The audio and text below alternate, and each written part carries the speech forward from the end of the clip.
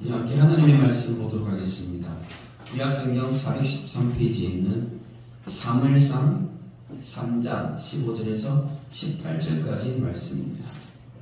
오늘은 사무엘상 2장 3장에 있는 말씀을 통해서 회개의 기회라는 말씀의 제목을 가지고 오늘 함께 말씀을 나누도록 하겠습니다.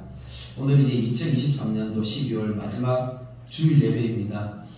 한 해를 마무리하면서 우리 성도님들한테 어떤 말씀을 나누면 좋을까를 생각하면서 기도할 때에 하나님께서 저에게 주신 마음이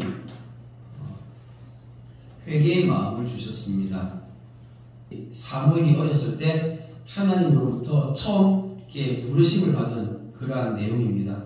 아마 이때 나이가 요세푸스가 사무엘의 나이를 이야기하는데 12살 정도라고 합니다. 12살이면 우리나라 나이로 초등학교 한 5, 6학년 정도의 나이거든요. 그때 하나님께서 그 어린 사무엘을 찾아가셔서 하나님께서 불러주셨습니다. 하나님께서 사무엘아 사무엘아 이렇게 부르셨어요.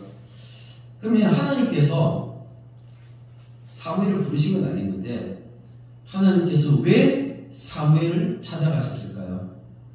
하나님께서 사무엘을 왜 부르셨을까요? 하나님께서 지금 사무엘을 찾아가신 것은 왜 찾아가셨습니까? 엘리 제사장 때문에 찾아갔습니다. 하나님께서 엘리 제사장 때문에 찾아갔다고 한다면 결코 하나님은 지금 기분이 좋을 수가 없는 것이죠. 엘리 제사장 가문으로 인해서 하나님이 진노하셨어요. 그 하나님의 진노와 하나님의 화가 엄청나게 큰데 근데 하나님이 이거 얘기할 사람이 없어서 정말 하나님께서 보실 때 너무나 그 꼬맹이라도 붙잡고 얘기해야 되니까 하나님께서 그 어린 사무엘을 찾아가신 거잖아요. 우리 2장 17절 말씀에 보면 이런 말씀이 있습니다. 이 소년들의 죄가 여호와 앞에 심히 크면 그들이 여호와의 제사를 멸시하였더라 라고 하고 있습니다. 그러니까 엘리 제사장이 하나님의 제사를 멸시했습니다. 엘리는 대제사장이었어요. 대제사장이었던 그가 과연 제사를 멸시했을까요? 우리가 성경을 봤을 때 엘리 제사장이 하나님의 제사를 멸시하는 그런 모습을 본 적이 있습니까? 하나님은 엘리가 멸시했다라고 얘기합니다. 그리고 그의 아들들이 하나님의 제사를 멸시했다라고 얘기합니다. 그 내용이 바로 앞에 구체적으로 조금 나오는데 엘리의 아들들은 행실이 나빠 여호와를 알지 못하더라 하면서 이 제사장들이요 하나님을 모른대요. 요즘 말로 하면 물론 목사가 제사장은 아니지만 요즘 말로 하면 사실 비슷하게 그래도 그러잖아요. 목사님이 하나님을 모른다라는 거죠. 목사님이 하나님을 모르는데 어떻게 하나님의 말씀을 가르치고 전할 수 있을까? 그렇게 할 수 있을까요? 할 수 있습니다. 어떻게요? 지식으로. 그냥 성경을 지식으로만 알고 그렇게 가르칠 수 있다는 것입니다. 그런데 엘리의 아들들은 행실이 나쁘대요. 근데 그 행실이 어떤 행실이었냐면 하나님 보실 때에 그 행실이 나빴던 것입니다. 제사를 드릴 때는 제사의 순서가 있어요. 그리고 제사의 순서가 있을 뿐만 아니라 제사의 법도와 규례가 있습니다. 이스라엘 백성들이 짐승들을 가지고 와서 하나님 앞에 제사를 드리는데 이 제사를 드리면서 짐승을 잡아 죽여가지고 하나님 앞에 드릴 때에 어떤 것은 다 태워드리기도 하고 어떤 것은 삶아서 이것을 제사장 목과 자신의 몫으로 나눠서 하나님 앞에 드리기도 합니다. 그런데 중요한 것은 이게 순서가 있고 규칙이 있는데 근데 이 제사장들이 자기들 마음대로 하는 거예요. 그래가지고 그냥 종을 보내가지고 가마솥에다가 고기를 삶고 있는데 거기서 새살구리를 가지고 와서 푹 찔러서 자기들이 먹고 싶은 것들 아무거나 다 가져가고 그리고 고기를 태워야 되는데 태우기도 전에 먼저 생고기를 내놔라고 협박하기도 하고 하나님 보실 때 하나님의 제사가 우습게 여겨지는 것이죠. 하나님께서 그러면 왜 말도 안 통하는 사무엘에 들어가서 하나님께서 이렇게 하소연을 하셨을까? 직접 엘리 제사장 찾아가셔서 말씀하시면 되지 왜 하나님께서 그렇게 하시지 않으셨을까? 하는 이런 생각이 드는 거예요. 그런데 말씀을 자세히 보니까 그렇지 않았어요. 뭐냐면 하나님께서는 이미 엘리 제사장에게 회개의 기회를 여러 차례 주셨습니다. 그런데 엘리는 그 회개의 기회를 여러 차례 놓쳤던 거예요. 그러니까 어쩔 수 없이 하나님께서는 엘리에게 말을 해도 말을 듣지 않고 말이 통하지 않으니까 그럼 어떻게 해요? 하나님께서 그나마 하소연할 수 있는 그 어린아이를 찾아가서 하나님께서 얘기하셨다는 것입니다. 오늘 2장 23절 말씀에 보면 이런 말씀이 있죠. 그들에게 이르되 너희가 어찌하여 이런 일을 하느냐, 내가 너희의 악행을 이 모든 백성에게서 듣노라 하면서 엘리가 백성들로부터 자기의 아들들이, 그 제사장들이 악행을 행하는 것을 들은 거예요. 그러면 소문을 들었잖아요. 나쁜 이야기를 들었어요. 그러면 엘리 제사장은 어떻게 해야 됩니까? 어떻게 이것을 해야 될까요? 그것을 막아야 되죠. 그런데 아들들이, 제사장들이 계속해서 그렇게 행한다면 그러면은 대제사장으로서 어떻게 해야 됩니까? 그렇죠. 징계해야 되는 것입니다. 분명히 징계해야 되는 것입니다. 그럼에도 불구하고 엘리 제사장은 징계하지 않았습니다. 말씀을 보니까 21절 바로 앞에 보니까 이런 말씀이 있죠.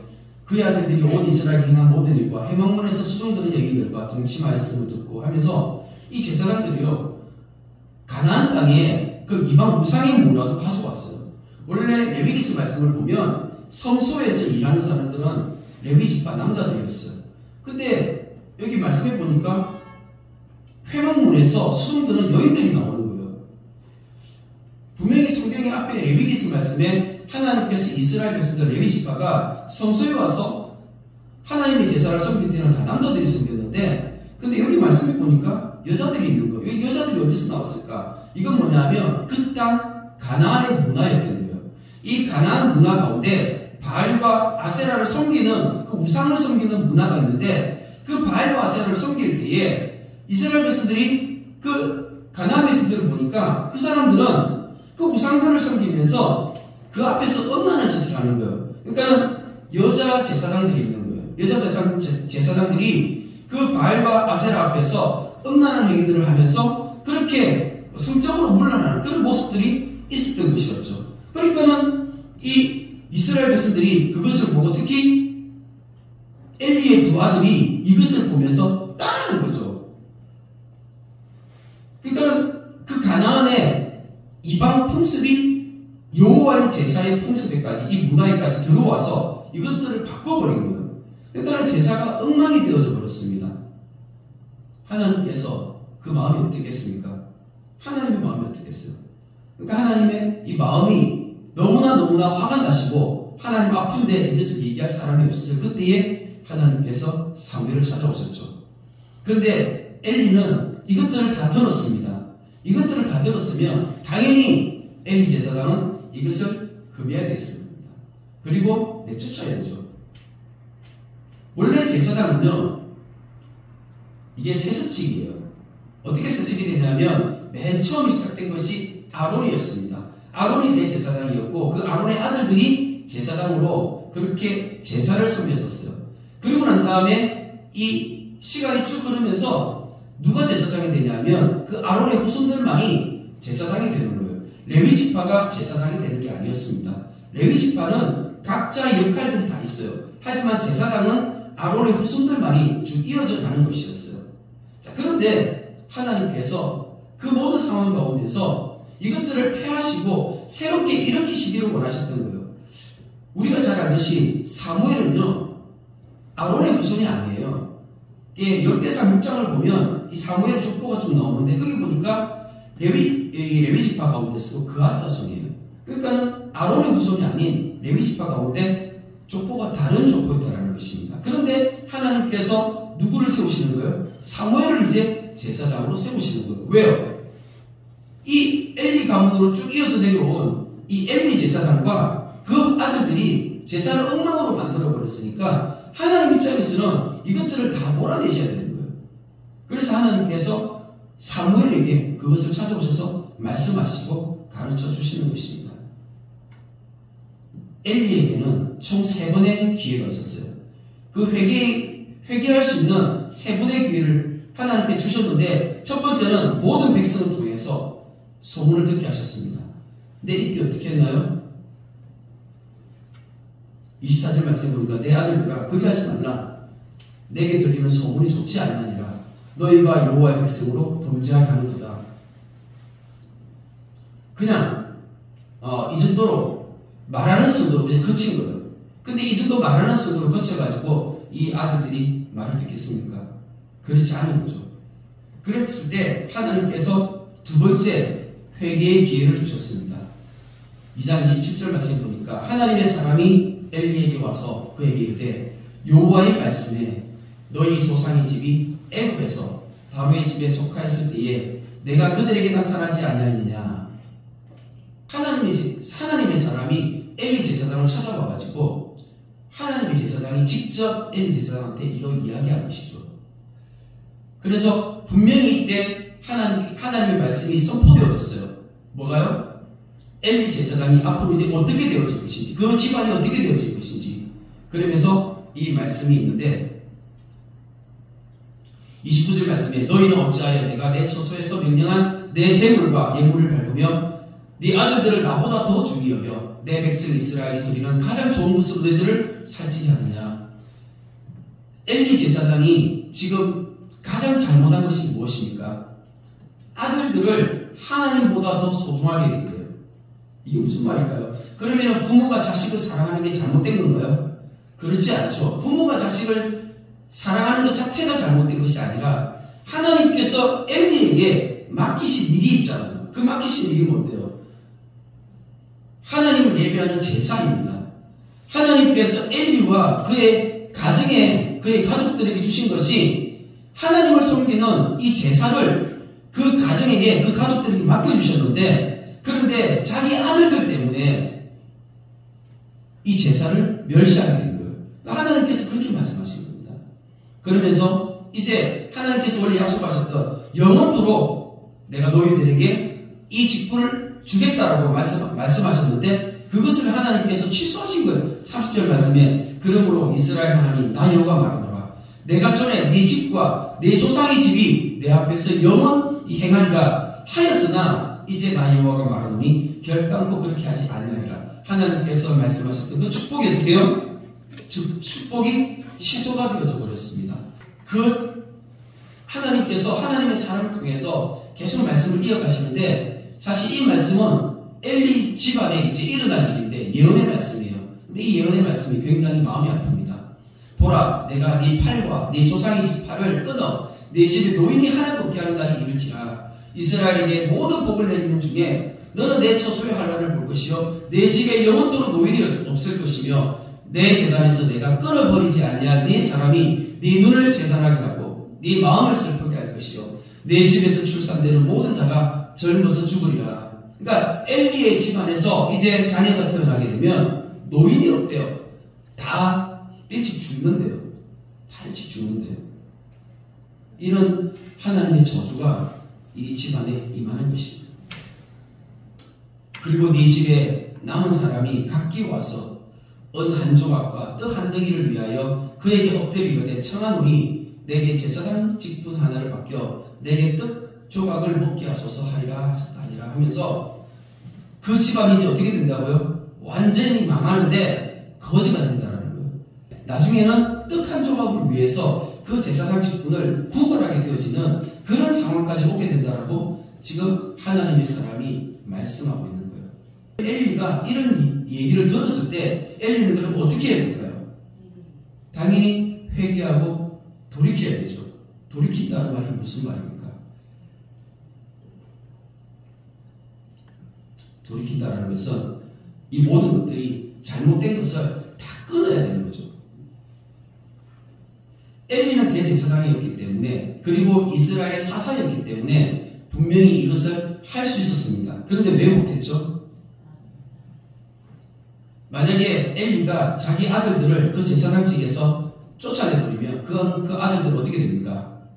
그 이스라엘 안에서 벌어먹고 살 수 있는 방법이 없죠. 이해가 되세요? 아니 아버지가 그 여호와의 성소에서 그냥 아들들을 쫓아내버리면 그럼 그 사람들은 이제 더 이상 벌어먹고 살 수 있는 방법이 없어지는 거예요. 그러니까 이게 뭐 때문에 그럼 이걸 못한 거예요? 결국에는 먹고 사는 문제 때문에 이것을 했다라는 것입니다. 세 번째로 하나님께서 엘리에게 세 번째 회개의 기회를 주십니다. 그 세 번째 회개의 기회는 어떻게 주어졌냐면 하나님께서 사무엘을 찾아오셔서 사무엘에게 말씀하신 것입니다. 우리가 잘 아는 내용입니다. 하나님께서 밤에 사무엘이 잠들어 있을 때 그때 사무엘에게 찾아오셔서 사무엘아 사무엘아 불렀죠. 근데 사무엘이 그때는 어렸었고 그리고 하나님께서 자기를 부르시는 것을 한 번도 그 음성을 들어본 적이 없었기 때문에 처음에 그게 몰라가지고 그래서 자다가 사무엘아라고 부르니까 그 소리가 엘리 제사장이 자기를 부르는 소리인 줄 알고 그래서 엘리의 처소를 찾아갔어요. 제가 여기 있습니다 라고 하니까 엘리 제사장이 나 너를 부른 적이 없다. 가서 자라. 그렇게 한 번, 두 번, 세 번을 하니까 세 번째 엘리 제사장이 드는 생각이 하나님께서 사무엘을 부르시는구나. 엘리 제사장이 그걸 알았던 거죠. 그래서 만약에 또 한 번 그런 소리가 있다면 주님 말씀하십시오. 종이 듣겠습니다. 하면서 그렇게 그 말씀에 경청해라라고 그렇게 가르쳐 주었습니다. 그리고 그날 밤에 하나님께서 사무엘을 다시 한번 네 번째 찾아오셔서 하나님 말씀하시는 거예요. 사무엘에게 말씀하셨습니다. 무엇을 말씀하셨죠? 그 말씀의 내용은 바로 엘리 집안의 심판이었습니다. 한번 생각해 보십시오.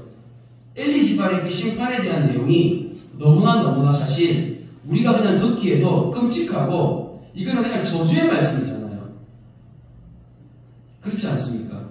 그럼 이런 말씀이 사실 어린아이에게 와서 이런 말씀을 나누기에는 이거는 굉장히 부담스러운 내용이지 않습니까? 근데 하나님께서 이 어린아이를 찾아오셔서 이렇게 말씀하시는 거예요. 사무엘은 무슨 말인지도 모르고 너무나 두려운 내용을 그냥 하나님으로부터 듣고 있었던 것입니다. 하나님의 마음이 이해가 되어지십니까? 말할 상대가 없어서 그래서 어린아이를 찾아가서 하나님의 그 진노하심을 하나님의 그 원하고 분통하고 그 하나님의 억울하고 하나님의 이름이 모욕당하고 하나님의 제사가 멸시를 받았던 그것들을 하나님께서 말씀하시는 거예요. 누구한테요? 어린아이한테. 사무엘상 3장 13절 말씀에 내가 그의 집을 영원토록 심판하겠다라고 그에게 말한 것은 그가 아는 죄악 때문이니 이는 그가 자기의 아들들이 저주를 자청하되 금하지 아니하였음이니라. 사실 진짜 잘못한 사람은 누구예요? 엘리의 아들들이죠. 하지만 그 엘리의 아들들이 그렇게 잘못하고 있을 때 그것을 막지 않고 방관하고 있는 사람도 동일하게 하나님께서는 그 책임을 물으셨습니다. 그래서 이 모든 것이 어떻게 돼요? 함께 하나님께서 심판하신다는 것입니다. 그러므로 내가 엘리 집에 대하여 맹세하기를 엘리 집의 죄악은 제물로나 예물로나 영원히 속죄함을 받지 못하리라 하시면서 하나님께서 앞으로 이 집안에 심판이 있을 것을 말씀하셨습니다. 아침이 되어가지고 엘리 제사장이 궁금한 거죠. 분명히 하나님께서 사무엘을 찾아가셔서 말씀하셨을 것 같은데 엘리 제사장이 너무 궁금한 거예요. 그래서 엘리 제사장이 사무엘을 불렀습니다. 불러다가 물어보죠. 17절 말씀에 이르되 네게 무엇을 말씀하셨느냐? 청하노니 내게 숨기지 말라. 내게 말씀하신 모든 것을 하나라도 숨기면 하나님이 내게 벌을 내리시고 또 내리시기를 원하노라 하면서 하나님의 이름으로 급박까지 합니다. 그러니까 어린 사무엘은 어쩔 수 없이 두려운 마음에 이것을 다 얘기하지 않을 수가 없는 거예요. 다 얘기합니다. 그러면서 다 얘기하니까 사무엘이 그것을 그에게 자세히 말하고 조금도 숨기지 아니하니 그가 이르되 이는 여호와이시니 선하신 대로 하실 것이니라. 우리 개혁개정 성경은 그냥 히브리어 원어를 그대로 가져와가지고 좀 직역에 가깝게 번역을 했습니다.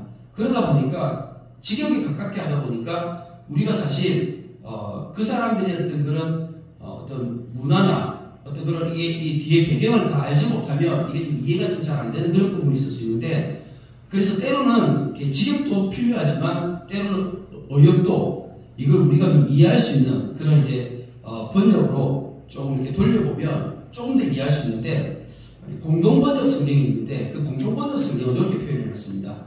그래서 사무엘은 숨김없이 다 털어놓았다. 그 말을 듣고 엘리는 중얼거렸다. 야훼께서 하시는 일 어련하시랴. 느낌이 어떻습니까? 개역개정하고 번역이 느낌이 완전히 다르지 않습니까? 여호와 하나님께서 하신 일이 뭐 그렇지 뭐 한 이런 말투죠. 어떻습니까? 이거 믿음의 표현인가요? 전혀 그런 표현이 아니죠. 예. 엘리 제사장의 그 두 아들에 대해서는 성경에서 뭐라고 되어 있습니까? 하나님 안다고 했습니까? 모른다고 했습니까? 하나님을 모른다고 했죠. 그럼 엘리 제사장은 하나님을 잘 알까요? 엘리 제사장도 하나님을 모르는 사람이었습니다. 하나님을 안다는 것이 그럼 뭘까요? 엘리 제사장은요, 지금 사무엘에게 어떤 그런 신앙적인 지도까지 한 사람이에요. 그렇지 않습니까? 사무엘이 하나님의 음성 들었을 때 가르쳐 줬어요. 하나님께서 너를 찾으시니까 너는 하나님 앞에 무릎을 꿇고 이제 하나님의 그 음성을 들으라고 여호와의 말씀 없어서 주의 종이 듣겠습니다. 이렇게 얘기하라고 그 신앙적인 지도까지 한 사람이에요. 그런데 이 사람이 하나님을 모른다? 안다? 하나님 모르는 사람이에요. 그럼 하나님 아는 사람이 뭘까요? 하나님 두려워하는 사람입니다. 하나님을 두려워할 수 있는 사람이 하나님을 아는 사람이에요. 엘리 제사장은 하나님을 두려워하지 않았던 것이죠. 그게 뭔지를 몰랐던 겁니다. 하나님께서 엘리 제사장에게 세 번의 기회를 주셨는데 이 세 번의 기회를 다 놓쳐버렸습니다. 그리고 난 다음에 이제 사무엘상 4장의 말씀에 가면 이제 그것들이 구체적으로 어떻게 이 엘리의 가문이 멸망하는지 구체적인 내용이 나오게 되는데 우리가 이 성경 말씀을 통해서 분명히 배워야 될 거 있죠. 뭘 생각해야 됩니까? 어떤 생각을 해야 되죠? 회개의 기회가 주어졌을 때, 회개의 기회가 주어졌을 때 우리는 어떻게 해야 될까라는 것입니다. 우리가 창세기부터 요한계시록까지 성경 말씀을 통해서 보면 이런 말씀들이 여러 번 계속 반복되어서 나옵니다. 생각할 수 있는 것들이 많이 있습니다. 한번 제가 예를 들어서 또 다른 사람을 통해서 한번 보도록 하겠습니다. 요나서 2장 3장 말씀에 회개가 무엇인지를 분명히 가르쳐주고 있습니다. 2장 10절 말씀에 보니까 여호와께서 그 물고기에게 말씀하시매 요나는 육지에 토하니라. 요나가요 하나님께서 가라는 곳으로 가지 않고 엉뚱한 곳으로 왔습니다. 하나님께서 니느웨로 가라고 하셨거든요. 이 니느웨는 이스라엘의 동쪽에 있어요. 아수르의 수도입니다. 그런데 요나가 어디로 갔어요? 다시스로 갔어요. 다시스는 서쪽 끝이에요. 엄청나게 멉니다. 이게 지금부터 약 3,000년 전 이야기입니다. 3,000년 전에. 약 3,000년 전 같으면 그때 한번 생각해 보십시오. 이 이스라엘 땅에서 저 다시스까지 그 먼 거리를 이동해 가는 것은 결코 쉽지 않습니다. 근데 하나님 찾아오셔가지고 이것을 하나님께서 붙잡으셨어요. 요나를 붙잡아가지고 하나님께서 물고기 뱃속에다가 집어넣어 버리셨습니다. 그런데 요나서 2장 말씀을 보면 요나가 물고기 뱃속에서 기도했어요. 그 기도한 것이 회개인가요? 우리가 생각할 때 물고기 뱃속에서 기도하면 회개라고 생각을 하지만 그건 회개가 아니에요. 하나님의 은혜를 구하는 기도예요. 그 하나님의 은혜를 구하는 기도가 뭐예요? 내 마음 가운데 내 마음에는 저 니느웨로 가고 싶은 마음이 1도 없는 거예요. 왜? 저 니느웨는 이스라엘을 괴롭히는 나라잖아요. 이스라엘을 압제하고 이스라엘 괴롭히는 나라거든요. 에기십트처럼 요나가 거기 가고 싶겠습니까? 가기 싫죠. 그런데 하나님이 그것을 원하시면 내 마음 가운데 그 마음 넣어주세요 라고 얘기한 거죠. 그렇게 기도한 거죠. 그리고 난 다음에 물고기가 어디다 토했어요? 육지에다 토해버렸어요. 그 바다에 다시 토한 것이죠. 그러면 요나가 이제 어떻게 해야 돼요? 일어나서 니느웨까지 걸어가야 되는 거예요. 저 길이 가까운가요? 아니요. 저 길이 수백 킬로도 넘어요. 엄청나게 먼 거리예요. 다시금 자기가 걸어가야 되는 거예요. 자기 자신의 의지로 가기 싫어도 다시금 어디요? 하나님을 가라하시는 그곳으로 걸어가는 거예요. 이걸 뭐라고 한다고요? 회개라고 한다고요. 나는 다시스로 가고 싶지만 그런데 하나님께서 이렇게 말씀하셨는데 하나님 내가 내 뜻을 꺾었습니다. 하나님 가라고 갑니다 하면서 가는 그 돌이켜서 가는 그 행동, 이것을 회개라고 하는 거예요. 근데 사람들은요, 회개를 오해하고 있는 거예요.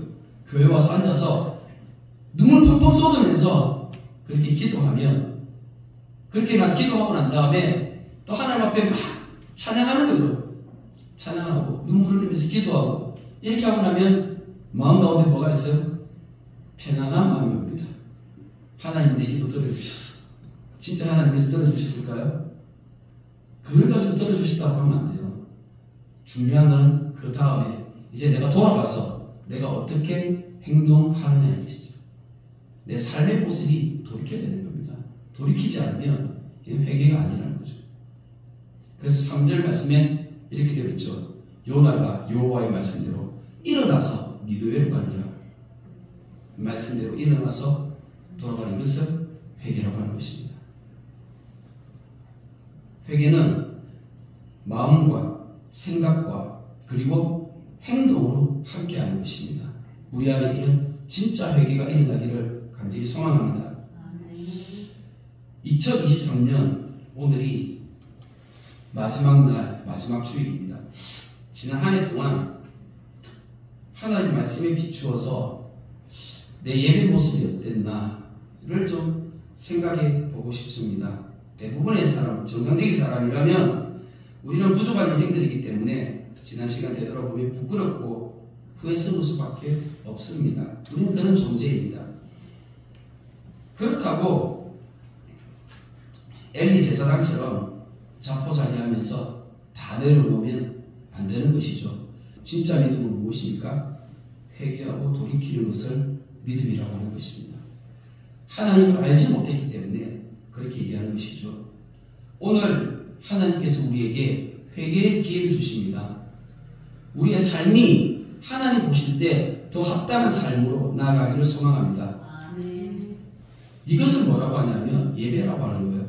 내 삶이 하나님 보실 때에 합당한 삶, 그것을 예배라고 하는데, 그런데 이 예배의 삶의 시작점이 어딘지 아십니까? 바로 주일 예배입니다.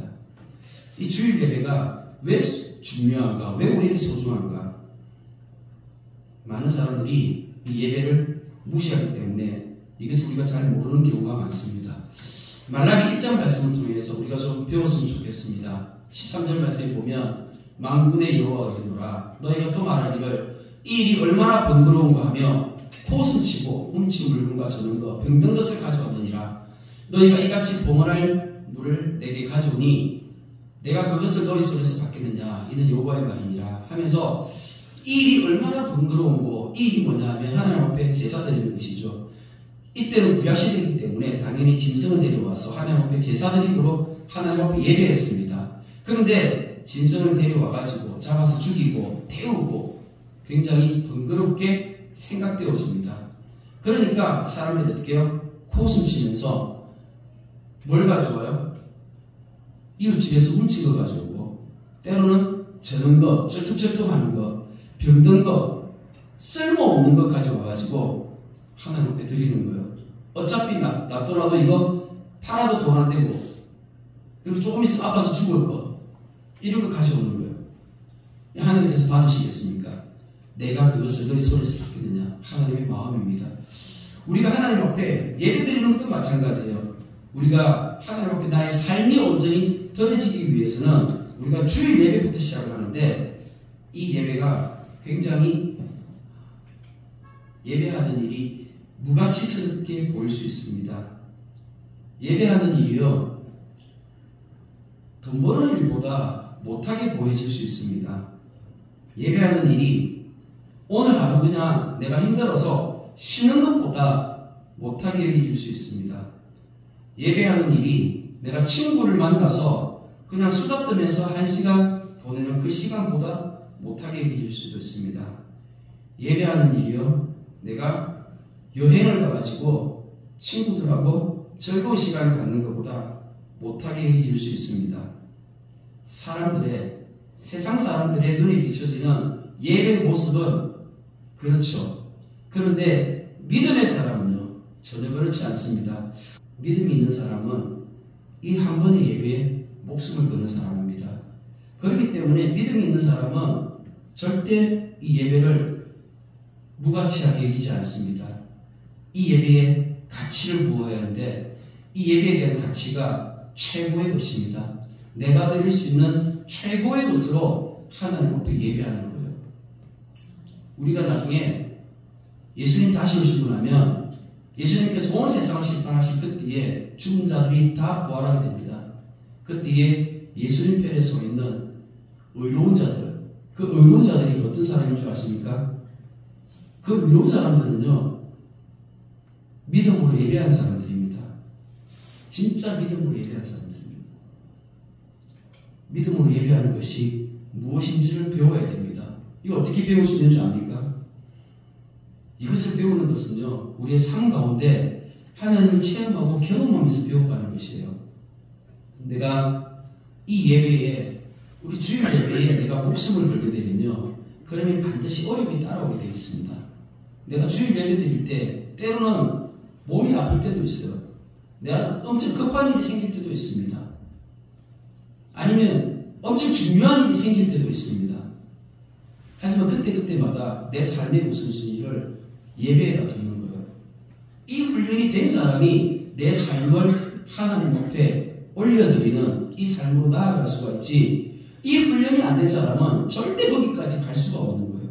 그래서 내 삶이 하나님 앞에 예배로 드리지는 진짜 그 예배를 우리가 드리기 위해서는 어디서부터 시작해야 된다고요? 이 주일 예배부터 시작하는 것입니다. 하나님은 우리 한 사람 한 사람이 구원받기를 원하십니다.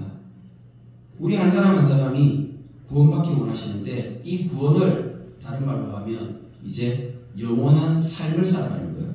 우리는 이제 영생을 살아갈 사람들이에요. 영생을 살아가는데 우리가 영원토록 삶을 살아가면서 우리가 해야 되는 게 뭔지 아십니까? 바로 예배입니다.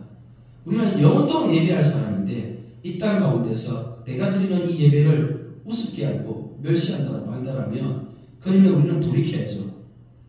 회개해야 되죠. 오늘 2023년도 마지막 주일 예배입니다. 이 예배를 통해서 우리가 회복되어지기를 간절히 기도합니다. 주일 예배가 별거 아닌 것처럼 보여질 수 있습니다. 하지만 참된 믿음과 신앙은 눈에 보이지 않는 하나님 앞에서 정직한 삶을 살아가는 것을 구원이라고 가르쳐주고 있습니다. 이걸 예배라고 하거든요. 사람들의 눈에 보여지는 예배에도 성실하지 못한 사람들 많죠. 눈에 보여지는 우리가 모여서 예배드리는 이 예배는 눈에 보이지는 예배잖아요.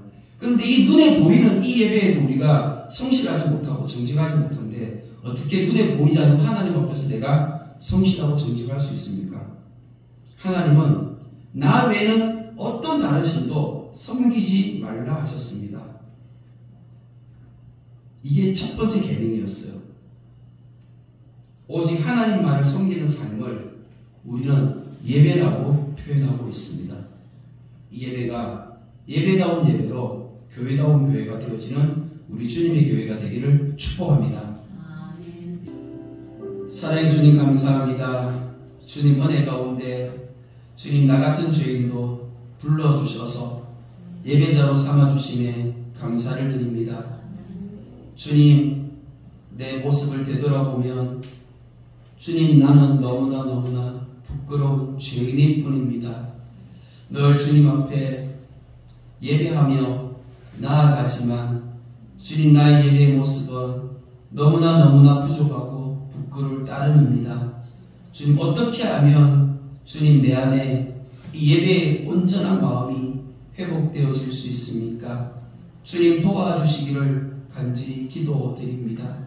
주님 내가 이 한 번의 예배에 목숨 걸지 못하고 주님 나의 삶 가운데 이 한 번의 예배에 우선순위를 두지 못했던 주님 지난날의 시간들을 솔직히 주님 앞에 고백하면서 이제 주님 회개하고 돌이키기를 원합니다. 우리 주님의 교회가 함께 이 믿음으로 달려가게 하여 주시옵소서. 하나님께서 지난 2023년도 한 해 동안 저희들을 지켜주셨습니다. 오늘 우리가 여기까지 왔습니다. 오늘 내가 살아있는 것은 하나님께서 다시 한번 회개의 기회를 허락하심을 믿습니다. 우리 주님의 교회가 오늘 예배를 통하여 이 말씀을 통하여 회개의 기회를 붙잡고 하나님께서 허락하시는 2024년도 새해에는 하나님 기뻐하시는 온전한 예배의 제사를 드리는 주님의 교회 되어지게 하여 주시옵소서. 주님께서 우리 주님의 교회에 예배의 힘을 부어주시기를 간절히 기도하옵고 우리 주님의 교회 안에 예배의 영이 충만하기를 다시 한번 간절히 소원하오니 하나님 영광 받아 주시옵소서. 감사를 드리오며 살아계신 예수 그리스도의 이름으로 기도드립니다. 아멘.